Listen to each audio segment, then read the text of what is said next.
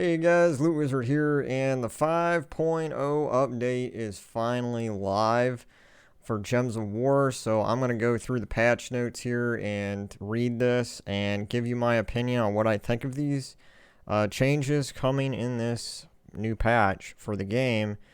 I've heard rumors about things on it, but this is going to be the facts. So let's read here and see what's going on. They're introducing something called the campaigns. Campaigns are seasonal content that lasts for 10 weeks, so like 2.5 months basically. And they will run alongside our weekly events. So the campaign, it sounds like, is going to be a totally separate thing that lasts for 10 weeks, and all the other events like Invasion, Raid, Tower of Doom, and Guild Wars, all that seems like it's still going to be going on weekly.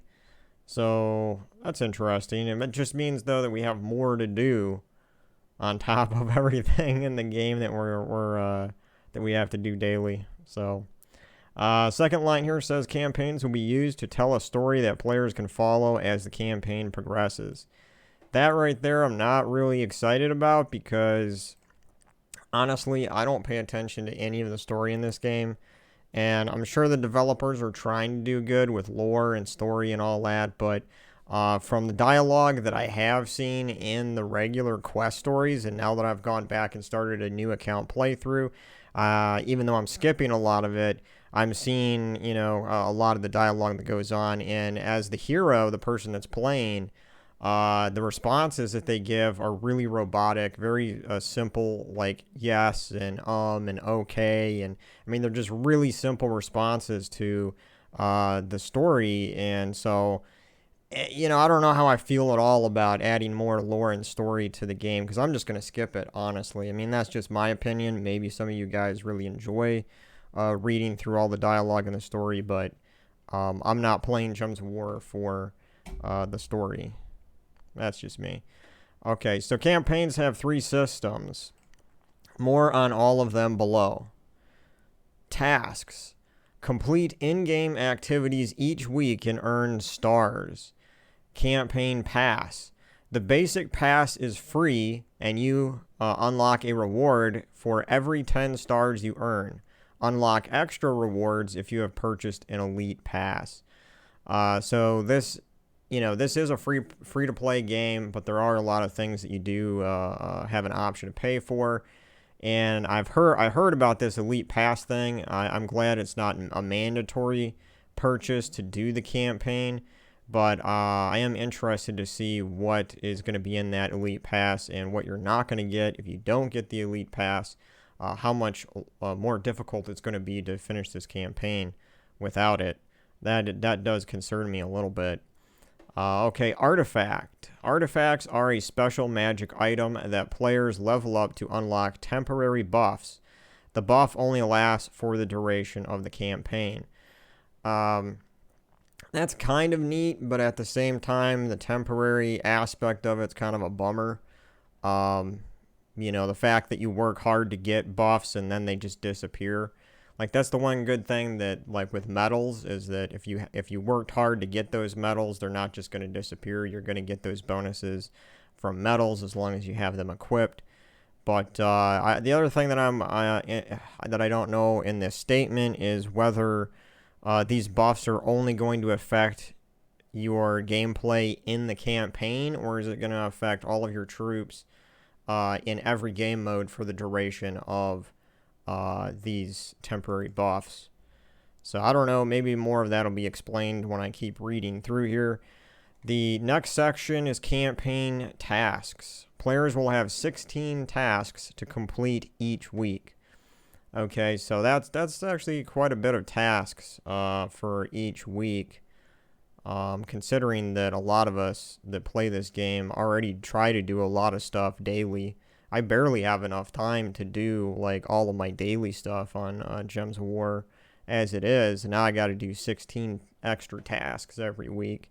That's going to be a little difficult to keep up.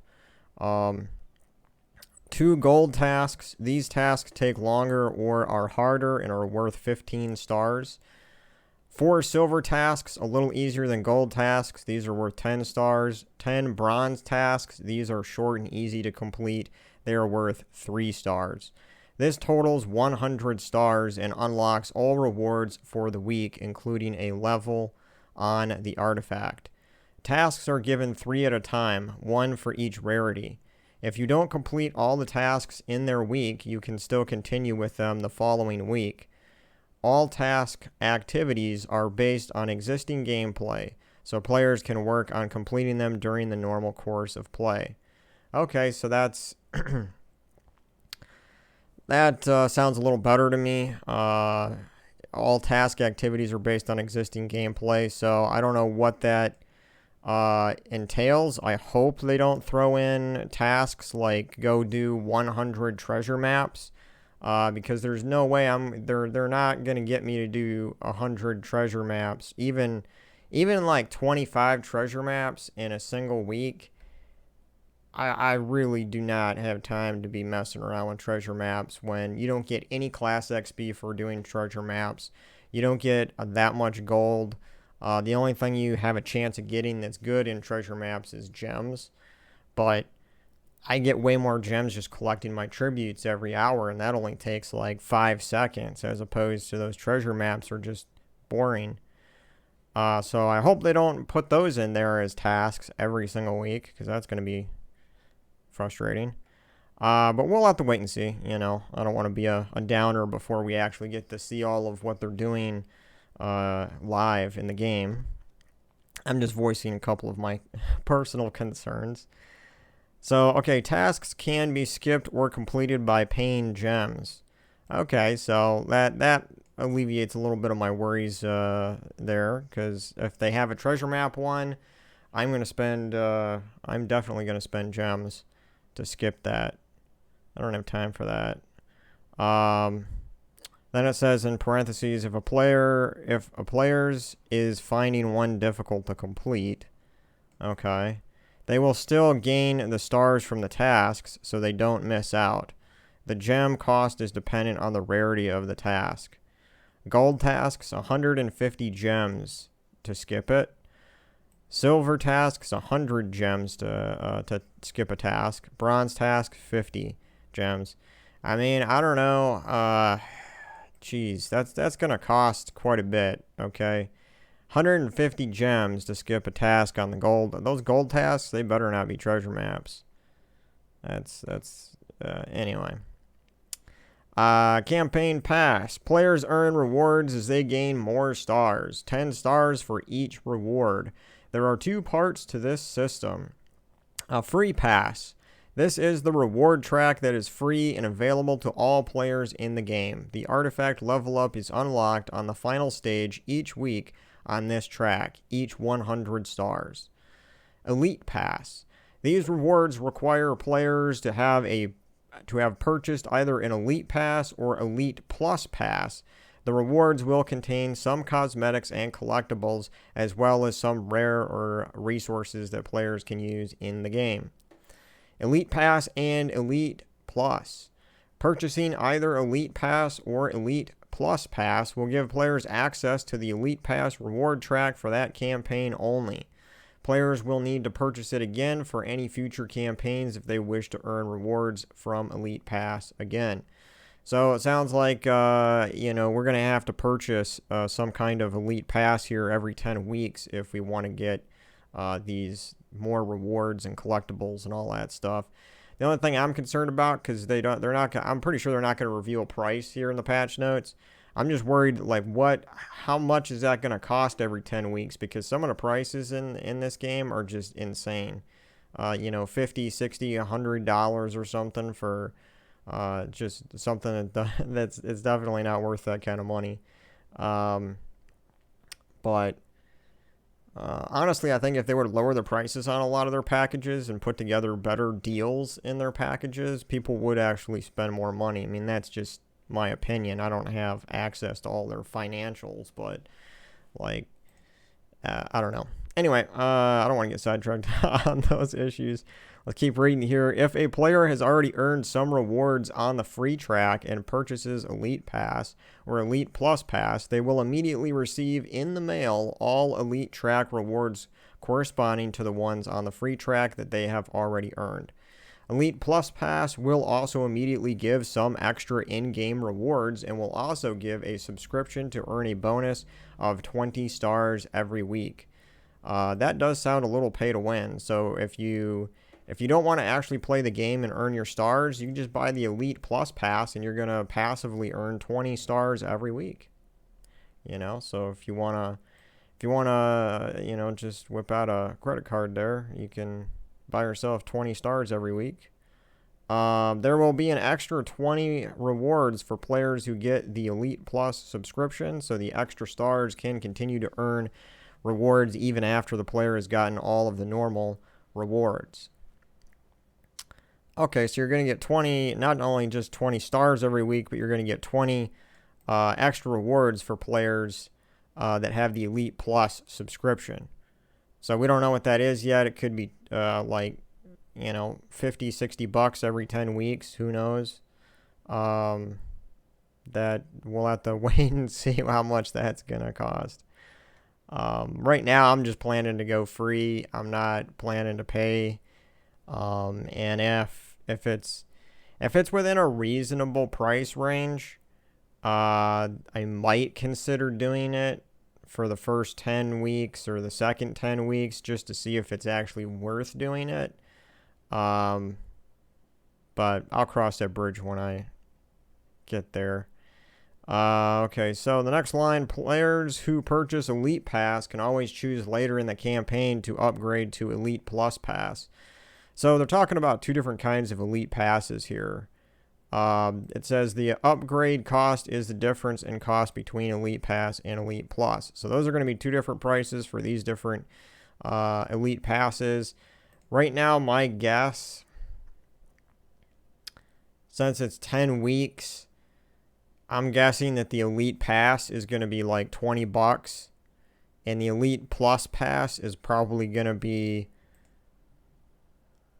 like $34.99, $35, something like that.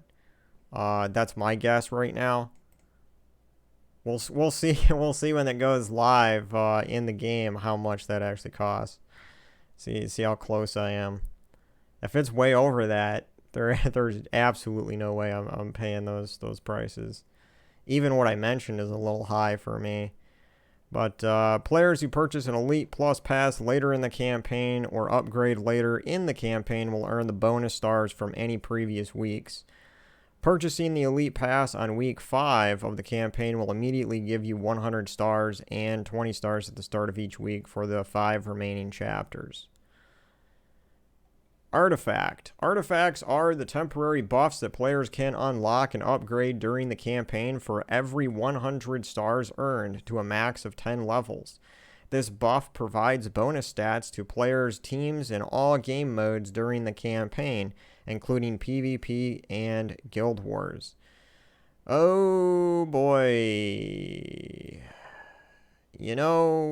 If this was like a cooperative game only and there was no kind of leaderboards or Guild Wars mode, I would be 100% fine with this. But we do have some leaderboards, we do have some competitive modes. Guild Wars right here is mentioned.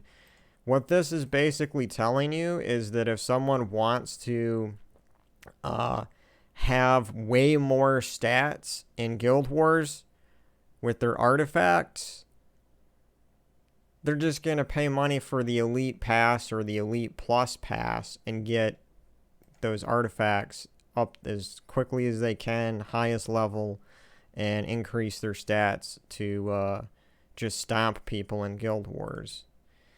So I don't know. I don't feel too good about that change there, but that's what it is. We'll deal with it, I guess. Artifacts also provide small stories from the game world related to the campaign setting, unlocking each 100 stars for players who enjoy the stories. Players can continue to read this lore after the campaign ends, as artifacts will be viewable in the player's inventory. Each campaign will have their own artifact for players to collect and level up. Campaign reset. Once a campaign ends, the following will happen. Players are no longer able to complete tasks or progress in the campaign. Any unlocked rewards will be sent out in the mail. Artifacts will no longer apply any of their bonuses. The campaign button will display a pop-up while no campaign is active.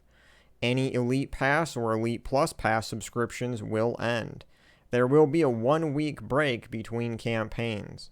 When the next campaign starts, players will start at the beginning again with 0 stars. Stars do not carry over between campaigns. So to summarize all that up, artifacts will only apply their bonuses as long as the campaign is in effect, which means those 10 weeks. There's going to be 1 week in between active campaigns where there is no campaign, no bonuses, because artifacts will lose all of their bonuses, and you'll have to start over leveling up those artifacts all over again in a new 10-week campaign. As well as if you want to get ahead of everyone else, you're going to have to pay for the Elite Pass or the Elite Plus Pass for the new campaign that starts every 11 weeks. Weekly event changes. With the introduction of the campaign, we will be running more world events. But don't worry, none of your other favorite weekly events are going away. Raid boss events will be joining invasions as a weekend event in the future, as all kingdoms have now had a raid boss event. Tower of Doom will be run in between campaigns every 10 weeks and may also make an appearance as a weekend event. We are also planning changes so you can still earn the Forge Scrolls that you need. Guild Wars will continue to be every 4 weeks, however, it will now run at the same time as other events. Okay, so there's other changes being made here to these events. Raid Boss is going to be joining Invasions as a weekend event in the future. Tower of Doom looks like it's only going to be an event in between the campaigns, which means Tower of Doom events will only happen about every 2.5 months instead of monthly, as they currently have been going. And the fact that Guild Wars is going to be active while other events are active now, I don't know how I feel about that, because when these events are overlapping, now we're going to have a campaign going on the same time we're going to have a raid boss going on, the same time we're going to have a Guild Wars going on, and I'm already stretched with time to get all my daily stuff done as it is, with only one event active. And now they're saying that there's potentially 3 events active at the same time. It just means that I'm going to miss out on a lot of rewards in those events because,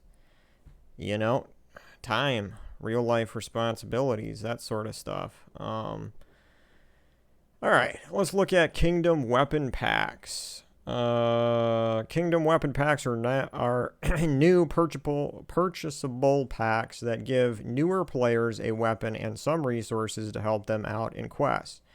The packs contain the following rewards: a new weapon, 200 gems, this will be 23 gem keys on PS4, 36 epic ingots, 20,000 gold, 5,000 souls. All kingdoms except for Broken Spire will have their own weapon available in the pack, so there are 33 new weapons. Broken Spire already had Axe of the Spire in the starter pack, which fills a similar role to these weapons. These weapons have been designed to help players deal more damage to enemies from that kingdom. Kingdom weapon packs will only be available to players who haven't completed the quest line in a kingdom. The offer will replace the Explore button on the kingdom pop-up menu.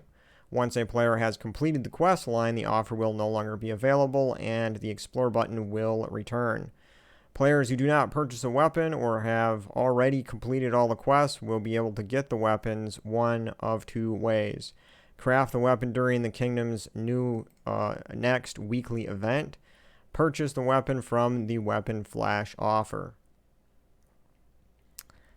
Yeah, so those are all the major changes as far as gameplay goes. Now there's just some other basic achievements and general fixes and stuff like that. I could skim through this really quick just to be thorough here of everything that's going on in this patch. It says we have removed the Submit a Ticket button from the Help tab in the Settings menu, leaving the Help Center button as the primary means of contacting support from in-game. Why are we removing Submit a Ticket? One of our goals is to be more responsive to players with critical issues who need help urgently. After the Submit a Ticket button was added 12 months ago, we noticed an increase in types of tickets that would have been quicker for players to fix using the self-help in our Help Center. Things such as checking that rewards were received, which can be looked up in the Received Mail tab. While we love to help you all out, we noticed that our support response time increased because of all these new tickets. As the Help Center button sends you through the self-help, we believe that this change should improve the quality of support for all players. Players with issues that can be solved by themselves will no longer have to wait for a support team response, and players with critical issues should be responded to faster.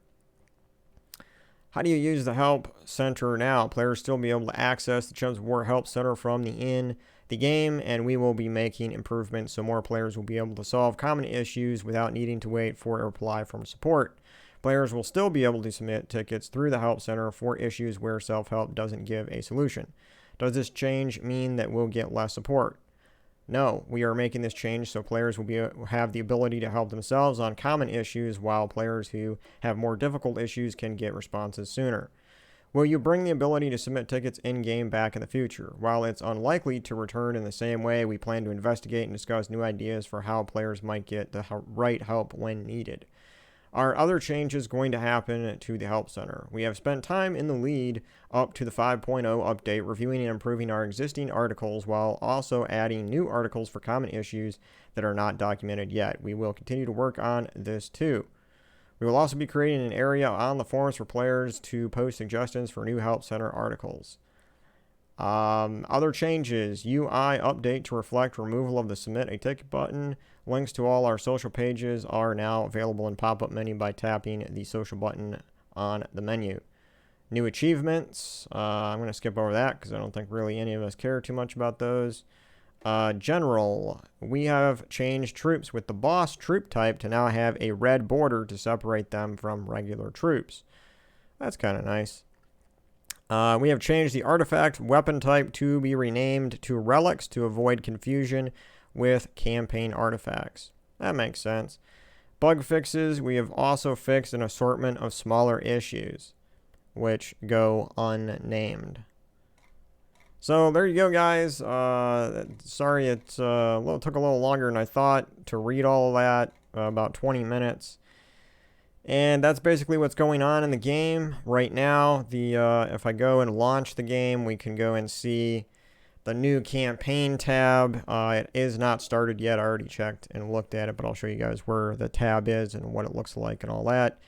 My initial thoughts here on the update is still very mixed. I don't know quite how much the campaign is going to cost. Here's the tab for it. It's right over here below the adventure board.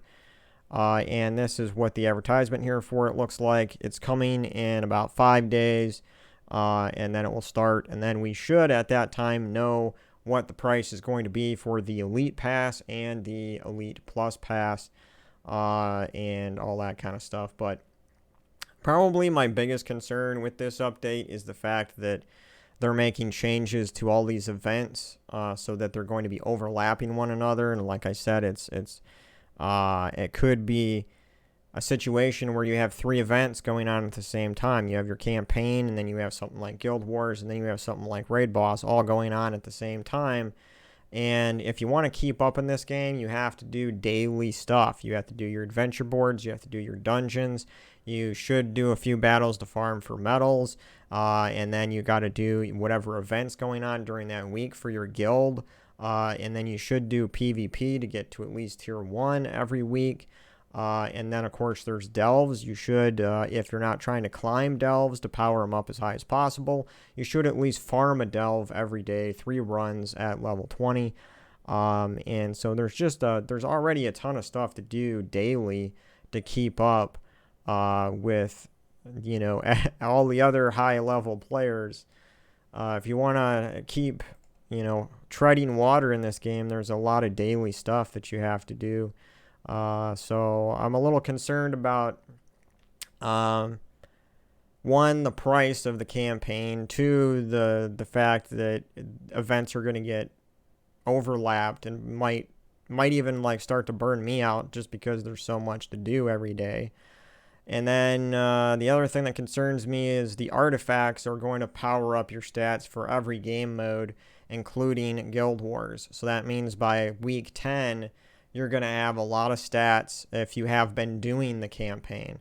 For those players that haven't been doing the campaign or haven't paid the money for the campaign, are going to have very little stats when we don't know how much the artifacts are going to give.